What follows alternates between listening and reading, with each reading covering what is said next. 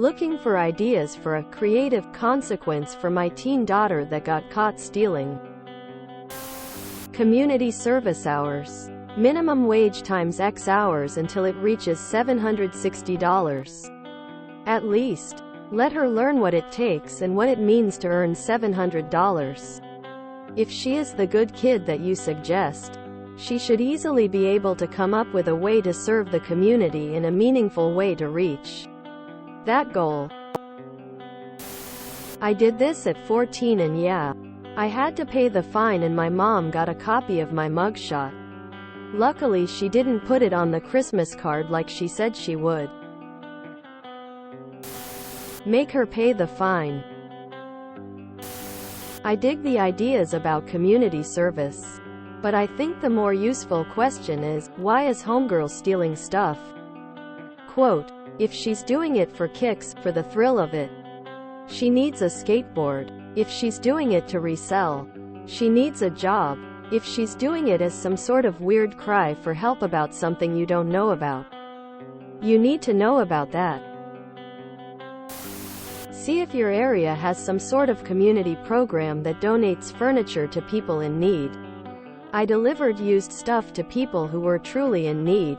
It gave me a great perspective on how lucky I was to just have the things I did, when there are so many out there who have literally nothing. This is her first time doing anything against the law. I think you'll find that this is her first time getting caught doing anything against the law. It's practically inconceivable that this is her first time doing crime, shoplifting, or stealing. Sorry. So it's not her first time doing anything against the law. It's her first time getting caught. $700 is a lot of stuff. Make her pay the fine for sure. No unsupervised visits to the mall. Express how much a criminal record can affect every aspect of her future life. I dunno. You need to nip this in the bud now before she's an adult and will face adult consequences. She's lucky she didn't get arrested. With all due respect, you don't steal $700 worth of merchandise from the mall without having done similar crimes many times over. My mom would always say this, that I was a good kid. Blah blah. I was a terrible kid. I was good at hiding things, lying to my family. A 16-year-old does not just wake up and steal a few times then jump to $700 worth of theft. A felony in some states. Good for you for making an effort to make your daughter a better person, but don't be silly with the "she's a good kid" BS. She's a good kid around you. Good kids, people do not commit potential felonies. Good luck. Make her find better friends. Make her pay the fine. I would also find a place where she can do some kind of community service after school and on the weekends. If you normally give her money regularly, take a cut of that money until she has paid the fine to you. If you don't, tell her to do chores that are worth some amount of money you agree on together until she's done enough chores to pay the fine. In addition to what people have said about making her pay the fine, I think you should address the root of the issue that she professed to you. I.e., she wants some expensive things that she sees other people have, but doesn't want to bother you and ask for it because she knows how hard you work. She probably knows this to a degree, but it might be worth reiterating to her that expensive things are not what matters in life. It can be very easy to get wrapped up in having the right things, especially because of social media nowadays. Maybe just talk to her about that. Try to nip it in the bud. And maybe having to have a long, heartfelt talk with a parent is a creative punishment in and of itself tears of joy. Kidding. Seek help on why your good kid is acting out. Restorative justice is really effective. Usually something like working with the people harmed by the crime so they build empathy. See the negative impacts of such actions. Unfortunately, seeing how a jewelry store owner actually lives might make them see it as they deserve to be robbed. This is her first time getting caught. Lol. When my daughter was 3, she asked me to buy her a keychain at the mall and I said no. When we got home to sit down to eat, she showed me the keychain that I had specifically said no to buying. I got both of us dressed. I took the money out of her piggy bank and took her back to the mall. I made her tell the cashier she stole it and paid for it out of her own money. She cried telling the cashier. The cashier looked at me and said, "Oh, you didn't have to bring her back." I said yes, I did.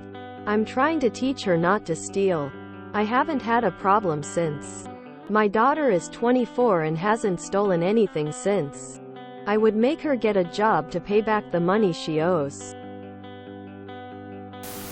I would also tell her what the real, true consequences are if she had done this as an adult. She's a juvenile, so she won't have to report it to her employer, but if she keeps this up for 2 years, this is what she's looking at. In my state, 12 months probation, a complete ban from all malls in the area, community service, about $1,500 in combined fines of court and probation fees. But the real problem? Nobody wants to hire someone with a theft on their record. Not retail, not restaurants, secretarial work, not anybody. There is a huge stigma. Do whatever you want to drive it home, but tell her seriously about what is down the line, because a lot of people who shoplift as kids are completely shocked at how bad it gets as an adult. I agree with people saying community service hours. I'd also like to share an excerpt from Teaching with Love and Logic, the book they have us read as part of our teacher training, because it deals with this exact scenario. For background, 2 girls are caught shoplifting. The parents know each other and agree to the same set of consequences for both girls, so the girls can't play them against each other. Yet, despite the identical consequences, one girl, Beth, is defiant and flippant in the aftermath, while the other, Sarah, seems genuinely embarrassed and remorseful. Excerpt below. It all started with comparing the way Beth and Sarah's parents handled the shoplifting saga. Both girls were expected to do extra community service. Both were required to complete extra chores at home to repay their parents for the time and energy drained as a result of their parents having to accompany them to court. Both were restricted for 3 months from visiting any stores without direct parental supervision. Let's view how Beth's parents delivered the consequences. Beth, you know better than to do something like that. That makes us so mad. You look at us when we're talking to you. You know good and well what stealing does to your reputation. And we're not going to have any more of that nonsense. You're doing extra community service. And you're definitely going to pay us back for all of the time and energy we've had to put into this. Don't you roll your eyes. And you can forget about going into any store without us being there. I hope this teaches you a lesson. Quote, Beth's reaction was predictable. Oh, fine. Just fine. You guys don't understand anything. I hate you. You can #% and ##, and with that she ran to her room, slamming the door. Let's consider how Sarah's parents delivered the very same consequences. Oh, Sarah, this is really sad. We can't even guess how awful you must feel about this. We imagine you must be feeling really scared. Sarah stared at the floor. Her parents continued. What sorts of things can you do to go above and beyond what the judge has ordered? We mean, how can you show everyone how really sorry you are? Sarah replied, I don't know. We bet it's really hard to think of things. Especially when you are feeling as bad as you are. There's some good news. We aren't going to restrict you from shopping without us forever. Do you think 6 months would be about right? Sarah reacted. That's way too long. Maybe you're right, they replied. Would it be better if we made it only 3 months? I guess so, a relieved Sarah answered. Thanks. Sincere empathy allows their problem to remain theirs. As people often say, it's all in the delivery. Both parents loved their girls, and both were deeply devoted to helping them learn from their poor decision to shoplift. Both provided the same consequences.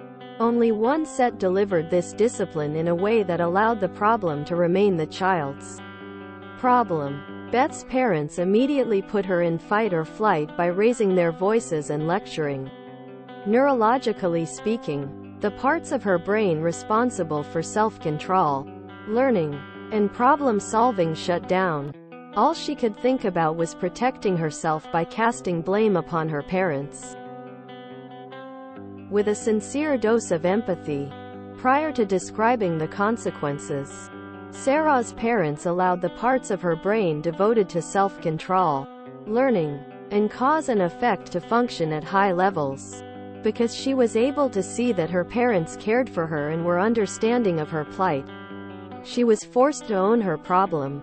Her parents were the good guys, which required her to see her bad decision as the bad guy. Excerpt ends. I expect there to be some controversy over whether this counts as coddling. I know the part where the parents' lesson, not really BC. The plan was 3 months from the beginning.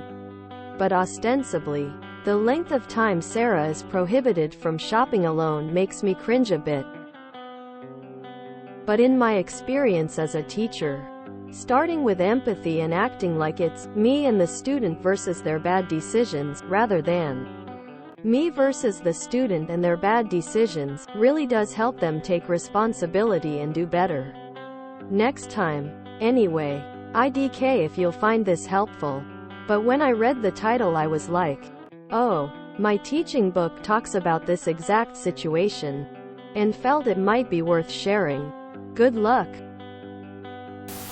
Ask her what she thinks would be a reasonable punishment. It will make her even further consider the consequences of her actions while simultaneously taking the pressure off of you to decide. I got caught stealing from the mall in high school with my friends. The embarrassment of being dragged out of the mall by police in front of everyone taught me all I needed to know in terms of learning lessons. Everything that came secondary to that was purely punitive. I say that if this isn't a pattern, maybe take it easy on her if she seems to have learned her lesson. Make her steal the Declaration of Independence. If you enjoyed this video, please check out our playlists full of similar content. Epic Aircast is like doom scrolling for your ears. Please like, share, and subscribe.